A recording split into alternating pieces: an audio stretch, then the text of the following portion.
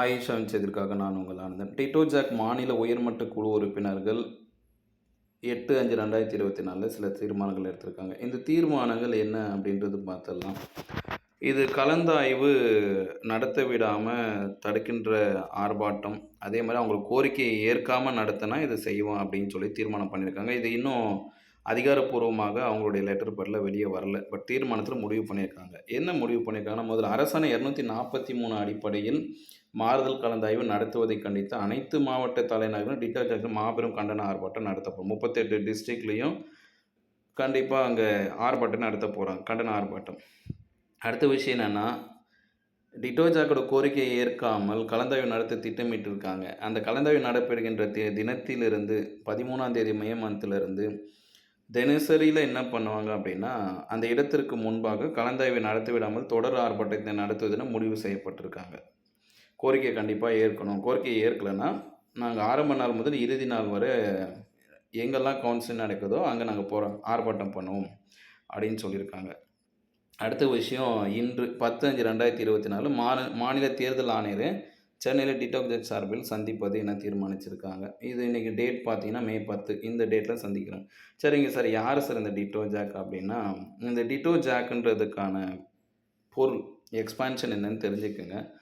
உங்களுக்கு இது new இன்ஃபர்மேஷன்னா, new இன்ஃபர்மேஷன்ற கமெண்ட்ல போடுங்க. ஓல்டு இன்ஃபர்மேஷனா, ஓல்டு இன்ஃபர்மேஷன் போடுங்க. டிட்டோ ஜாக்ன்றது இதுவரைக்கும் கேள்விப்பட்டிருக்கேன். ஆனா, இன்னைக்கு தான் சார் டிட்டோ ஜாக்னா யாருன்னா தெரியுது. எல்லாருமே டிட்டோ ஜாக், ஜாக்டோ ஜியோன்றாங்க. ஜாக்டோ ஜியோ பத்தி நம்ம அடுத்து வருகின்ற காணொளியில பார்க்கலாம். இது டிட்டோ ஜாக்க பத்தி காணொளின்றதுனால, டிட்டோ ஜாக்னா என்னன்னு தெரிஞ்சுக்கலாம். டிட்டோ ஜாக்ன்றது தொடக்க கல்வி ஆசிரியருக்கான ஒரு குழு. இதோட எக்ஸ்பான்ஷன் பாருங்க. தமிழ்நாடு தொடக்க கல்வி ஆசிரியர் இயக்கங்களின் கூட்டு நடவடிக்கை குழுன்றாங்க. சரிங்க சார், தமிழ்ல சொல்லிட்டீங்க, இங்கிலீஷ்ல சொல்லுங்க அப்படின்னா, இங்கிலீஷ்ல இதுதாங்க. Tamil Nadu elementary teachers organisation of joint action council. தமிழ்நாட்டில் இருக்கிற தொடக்க கல்வி ஆசிரியர் இயக்கங்களின் கூட்டு நடவடிக்கை குழு. ஒட்டுமொத்த தொடக்க கல்வி ஆசிரியர் இயக்கங்கள் இருக்கு இல்லைங்களா, தமிழ்நாடு ஃபுல்லாக நிறைய ஆசிரியர் இயக்கங்கள் இருக்கும் தொடக்க கல்வி. அந்த ஒட்டுமொத்த இயக்கத்தோட கூட்டு நடவடிக்கை குழு. இது எப்படி சொல்கிறேன்னா, ஒரு கிரேடியத்தில் இருக்கிற டைமண்ட் மாதிரி. சரிங்களா. ஸோ இவங்க எடுக்கிற நிறைய முடிவுகள், நடவடிக்கை எல்லாம் பார்த்தீங்கன்னா, இவங்களுக்கு சாதகமாக தான் முடியும். சாதகம் அப்படின்னா, இவங்களுக்கு வெற்றியாக முடியும்னு அர்த்தம். சரிங்க சார், இவங்க எதை வலியுறுத்துகிறாங்க அப்படின்னா, இந்த அரசாணை 243 இதை தான் அரசாங்கம் ஏற்க மாட்டேங்குது அப்படின்னு சொல்கிறாங்க. இந்த அரசாணை 243 டேட் 21/12/2023 இது வெளியாயிருக்கு. இந்த அரசாணையோட சாராம்சம் என்ன அப்படின்னு பார்த்தீங்கன்னா, இந்த அரசாணை 2 விஷயத்தில் இருக்குது. 243ன்றது ஏற்கனவே நம்ம பார்த்துருக்குறோம்.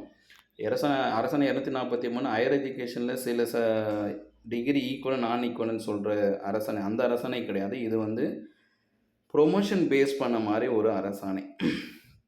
ஏன்னா ஏற்கனவே இருந்த ப்ரொமோஷன் பேனல்ஸ் எல்லாமே மாற்றிருக்காங்க. கல்வித்துறை அதுவும் பர்டிகுலராக பாருங்கன்னா, தொடக்க கல்வித்துறையில் பதவி உரிமுறைகள் மாற்றியமைக்கப்பட்டிருக்கு. இவங்களோட உரிமையே வந்து பறிக்கப்பட்டிருக்குன்னு சொல்கிறாங்க. என்ன அப்படின்னா, மொத்த பதவி உயர்வு 4 படிநிலையாக இருக்குன்றாங்க. இனிமேல் தொடக்க கல்வி ஆசிரியர்கள் இப்போது இதை கொடுத்துருக்காங்க பாருங்க. இடைநிலை ஆசிரியர்கள் நேரடியாக பட்டதாரி ஆசிரியர் பதவி உயர்வு பெற முடியாதுன்னு சொல்கிறாங்க. செகண்ட் டிகிரி டீச்சர்ஸ் வந்து டைரெக்டாக பிடியாக மாற முடியாது. அதே மாதிரி இடைநிலை ஆசிரியர்கள் வந்து நம்ம தொடக்க கல்வி பள்ளி தலைமை ஆசிரியராக தான் மாற முடியும் அப்படின்ற ஒரு விஷயம். ஸோ அப்போ டைரெக்டாக பிடிஆர் ப்ரொமோஷன் வாங்க முடியாதுன்றது மிகப்பெரிய நெகட்டிவாக இருக்குது.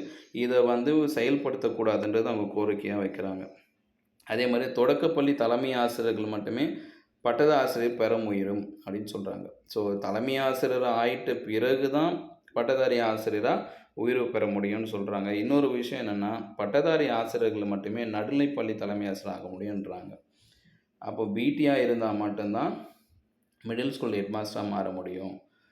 Primary school head master to middle school head மாஸ்டராக மாற முடியாது அப்படின்ற ஒரு முரண்பாடான விதிகள் தான் இந்த அரசாணை 243 இருக்குது. ஸோ இந்த அரசாணை 243 பற்றி மீண்டும் ஒரு தனியான ஒரு செய்தி குறிப்பு உங்களுக்கு கொடுக்குறேன். இந்த ஆயிஷாவின் அச்சம் தவிர இந்த சேனலை சப்ஸ்கிரைப் பண்ணவங்க சப்ஸ்கிரைப் பண்ணி வச்சுக்கோங்க. நான் உங்கள் ஆனந்த் சார்.